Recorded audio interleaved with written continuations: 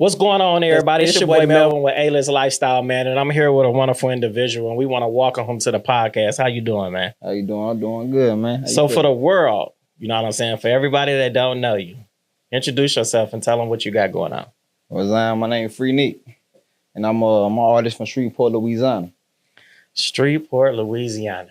Real quick, can you give me something Louisiana is known for? For their food.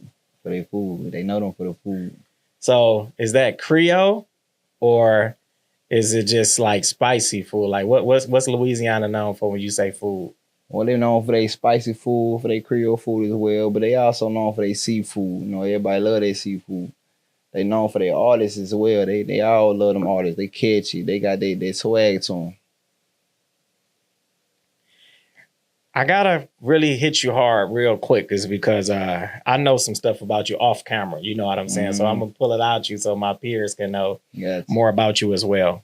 Coming from Louisiana to the Navy to music, that's quite a journey. What's life like growing up for you in Louisiana? Life was what you make it. Life was very, I say it's a journey. Every experience I made, everything I did, it was all built up for every moment I had ever been through. I like that. So where did your creativity come from? For back then, my creativity came from what I experienced, whatever I was going through at the moment. You know, I put it in music. This really was my whole journey, put it in music, my therapy. I talk to the mic like we got soul ties. I like that. He already dropping bars, y'all. Watch out, y'all. Y'all never know what's gonna come out of him. He already dropping bars. You started with poetry. So what kind of poems were you writing back then, and how did you evolve into making music? I was writing deep poetry back then. I was really digging in, being vulnerable. It evolved me because when I make music now, I don't really hold back. I don't nothing outside of me is holding me back at all. So you went to Langston University, played a major part of your story. How did going there shape your path, both as an athlete and as an artist? It was lit. It was I had experience that I probably never had outside of that. Before that, everything they ever did shaped me because I got on stage and the whole crowd singing my songs, lights on me. Ever since then, I was just on go. I just wanted to move. I just wanted to be on that stage again. I like that. It's like an adrenaline rush. Mm-hmm. It's a certain type of feeling. Yeah. You mentioned, you know what I'm saying, that you had that adrenaline rush from being on stage in school. Mm-hmm. Your school actually paid for your first studio session, and walk us through that in the moment that it happened. So when I first started getting into rap, I was doing poetry in the high school. In my high school, they used to have me come out and do a poem every Sunday. And so they had I'm saying a lot, but my bad. They had me doing a lot of different things, and they asked me, "Do you know you make a song and you record and perform that day?" And I made a Christian song, and I performed that day. It was lit. Everybody jumped up, and that's really actually made me realize I could do this. I like that. I like that a lot. So while we're talking about music and your creative process, as a professional audio engineer, what separates your sound from the rest? I can hear the sound that other people don't hear. I really pay attention. What I probably won't like, I know other people won't like. You know, if I like it, you know, other people might like it. I like that. I like that. So you very fine in tune and detail is what you're saying. Yeah. You're the person that want to take the music outside and sit it in the car with the speakers and turn it all the way up so you can see what's peaking and what's not peaking. I want to see the structure. I want to see how built. How do you approach producing and mixing a track? And are you more technical or do you like move by the feeling? I move by the feeling. It's all about the environment I'm in at the moment, how I'm feeling at the moment, and what I'm going through. And I try to put out what I feel like be the best for me. It's my therapy. I want to shout you out, man. I was able to shoot a commercial for one of our peers. Shout out to YRS. And we shot him a dope commercial. And you actually did the intro music for it called Who Am I? Yeah. Can you elaborate on that for us? Like, what does that song mean? And what brought that song to pass? And, you know, why it was actually okay for us to use it on the commercial? Who am I? Who am I is exactly what it is. Who am I? It's me, but laying that mask down at the altar. It's me. It's me coming out for who I am. You know, showing everybody that hey, I was under that rock, but now I'm here. I like that. So being a creative and in the creative world, who is someone that really pushed you in your artistry? You know what I'm saying? Somebody that challenged you that you work with. It really challenged me. I could say Andre Jones from Warrior Styles. He really pushed me to really just dig in and keep going. Just keep going. He always give me different styles, different beats, different ideas. He just just tell me different things. And I'll be like, man, in fact, I tried it. I tried it. And then ever since then, just keep going. I can say that is because we started a positive group chat where we send each other Bible verses and we uplift each other weekly and daily. And I like that about y'all. I was like, they fit right into my world. You know what I mean? Is because I'm very stern about who I allow in my life. I'm big on energy. You know what I'm saying? And I don't just let anybody close to my life. You know what I'm saying? So for y'all to be, young and vibrant and doing what y'all doing, I big up y'all on that a lot for sure. Appreciate. Off camera, we talked about Young Landon and Young Landon is your favorite producer. What about his sound and his style that inspires you the most? It's unique. I sat there and watched him. I watched him grow. I seen when he first started, so it really just inspired me even more. And the style he put out, I like how he just. It's hard to explain because I seen it from an engineer ear. It's when I dig in. It's how he dig in. I just like that style from him. I like that. I like that a lot. When you step into the booth or behind the boards, what's your mental state like? Calm, intense, or spiritual? It be calm, but spiritual first. I pray to God give me the words to speak. I like that. I like that. Okay. So we're going to go into your personal life a little bit, like the military life and the mindset behind that. You retired from the Navy as a veteran with the secret clearance and special force training. How did that experience shape your discipline and focus you as an artist?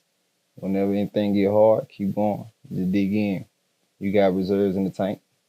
Okay. Is it anything you can share with us about the service that really gave you that it factor? The it factor. When we was on the tow line, and one of the instructors came up to me. It's funny, everybody. You know how they say Jesus got a crown in front of a crowd? He came up to me and nobody, they really didn't want that many color folks what I was doing. And he told me, he said, you like you don't give. You the leader. You the leader. And ever since then, it had shaped me. I buckled up and that just made me who I was. They at the moment, like I showed a lot of courageous and I can't even get the words out, but that mean it's real. That mean you really feel what you're saying. And that's okay, bro. Yeah. Just like take your time, is because to me, this is serious. Like somebody can watch this video, bro, and that can look up to you, or you can be inspiration to them. You know what I'm saying? And it's some people out there that need to hear that you can come out and still do well, and you don't have to go through PTSD or, you know what I'm saying, all the other things. Sometimes the service get a bad rap instead of the positive rap. And I'm looking at you, healthy, wealthy, looking good. You fly as hell. And it goes with the brand and the things that you pushing. So it's okay that you speaking on something that truly means something to you and you get stuck on it for the moment. Like it's not a bad thing, bro. That means you really care about what you're saying. So saying that, I gotta mess with you, bro. I gotta mess with you. So was there a particular lesson from your military days that drives you the way that you move today? Alchemizing, turning fear to power, pain to purpose, chaos to clarity. Whenever things get tough, just breathe and make your next step. Just know your next step. That's fire. Can you do that? I'm sorry, y'all, but I'm about to make him look into the camera. Can you please look into the camera and say that for us one more time? Alchemizing, turning fear to power, turning pain to purpose, and turning chaos to clarity. Just breathe and know your next step. That's fire. So being an artist, talking about finding yourself, was you able to do your passion in the service? Not as much as I wanted to. I still was recording, but I couldn't be as creative. I felt like I wasn't in the creative mode. I had to go and just go. So can I ask, how was you able to balance both, where you still had yourself being able to do something where you feel like you was in a real world instead of that heavy structure? When it was my meditation, how to balance when I had time to myself. This, music was my meditation. It was my way of going back to me, knowing who I was. Okay. I'm really trying to pull around is because I can hit you with a heavy one, but what's one track or project that defines who Nickk is as the artist today? PIIM1. That was my second album or third album before I went to the military. I dropped that right before I left. It was me being real vulnerable. Was put it in music. And can you elaborate on that? Like, what does that mean? Because everybody don't know what PIM1 is. Like, break it down for us. I mean, put it in music. And whatever you're feeling, put it in music or listen to it. Just put it in music. Everything that you're feeling, the vibration, the frequency is in that song. So can you push out one song for us that we all need to go check out from that album? Closer. Okay. Closer. And can you break Closer down for us? Closer with me, break it down, how vulnerable I am to life, trying to alchemize what I've been through in life to show everybody you ain't got to go through that to be something. You got to become what you become. The Closer is more so, how I put this. It was just me just finally just showing everybody me. Okay. I'm about to change the subject a little bit is because I know about the Drip Show. Let's talk about that. How did the concept come together and what's the mission behind it? Me and my cousin, we used to sit in the studio a lot, and I had got some equipment to record other people because I wanted people to get the experience that that they probably wouldn't get on their own, and I want to be able to give it to them like a proud dad or a proud a figure or something like that. And so when I first did it, me and my cousin sitting there talking, we're like, man, we want to get everybody out. We want to show the city is worth something. And we, dug in even at the studio we had through the first show there. We had dug everything out on the outside. We had put everything up and through it the whole, I can't even get it out, man. My bad. But the Drip Show was just an experience for everybody. So within the Drip Show, like fashion and music often go hand in hand. Why is it important for you to merge those two worlds? Fashion and music, that's a way of life. Without fashion and how your styles is, present the way you is. The style is you. It's how you characterize yourself. You're a walking billboard. Yeah. I like that a lot. I like that a whole lot. So what kind of energy or culture do you want artists or designers to feel when they step into the Drip Show event? Home. I want them to feel like this is home. I want them to feel like when they come here, they can be themselves, remember who they are. What's been the biggest challenge building your brand and staying true to your craft? The biggest challenge was staying true to myself and keep going. That was the biggest challenge. So where do you pull your inspiration from that? Actually, my son. That's priceless. Yeah. He I feel like it's just my younger self I'm raising. Is it anything that your son has done that kind of made you be like, dang, man, I done grew up, or, I can see the difference in me, you know what I'm saying, from having a kid? Recently my son, he'll ask me for some candy, and then when I gave it to him, before I gave it to him, he said, please, and put his hand to the side. I said, man, you look just like me. That's priceless, man. Shout out to baby boy, man. That's priceless, man. How do you see Drip Show evolving in the next few years as a movement, a label, and a lifestyle? In the next few years, I can see the Drip Show, it's going to be big. It's going to be something that's going to end up being global. It's going to be something that's provide every artist an outlet they ever want to step out, even a beginning to the end. If you can invite a A-list celebrity to the Drip Show, who would you invite? I invite 50 Cent. You invite 50 Cent? Is it because he out in Louisiana that he's somebody close? You know what I'm saying? Like, is that because he right up the street, or? I respect his mindset, how he move with things. You know, that was my inspiration growing up. See, I would say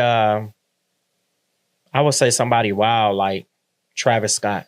Cause he big in the fashion world. So you get 50 Cent big in the media world. 50 Cent is always in the headlines. It don't matter if it's positive or negative, but he's very good at staying relevant or keeping his name in his mouth. But Travis Scott, like he's the fashion don. Everybody go to that. Thanks. Anything he got going on, everybody copies. Thanks.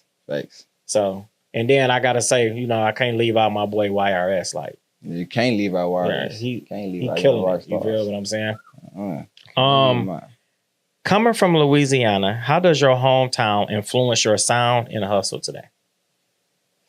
Coming from Louisiana, influence my sound and hustle today. That's a good question because I've been around the world. You know, I experienced a lot of different things, so I helped develop my sound.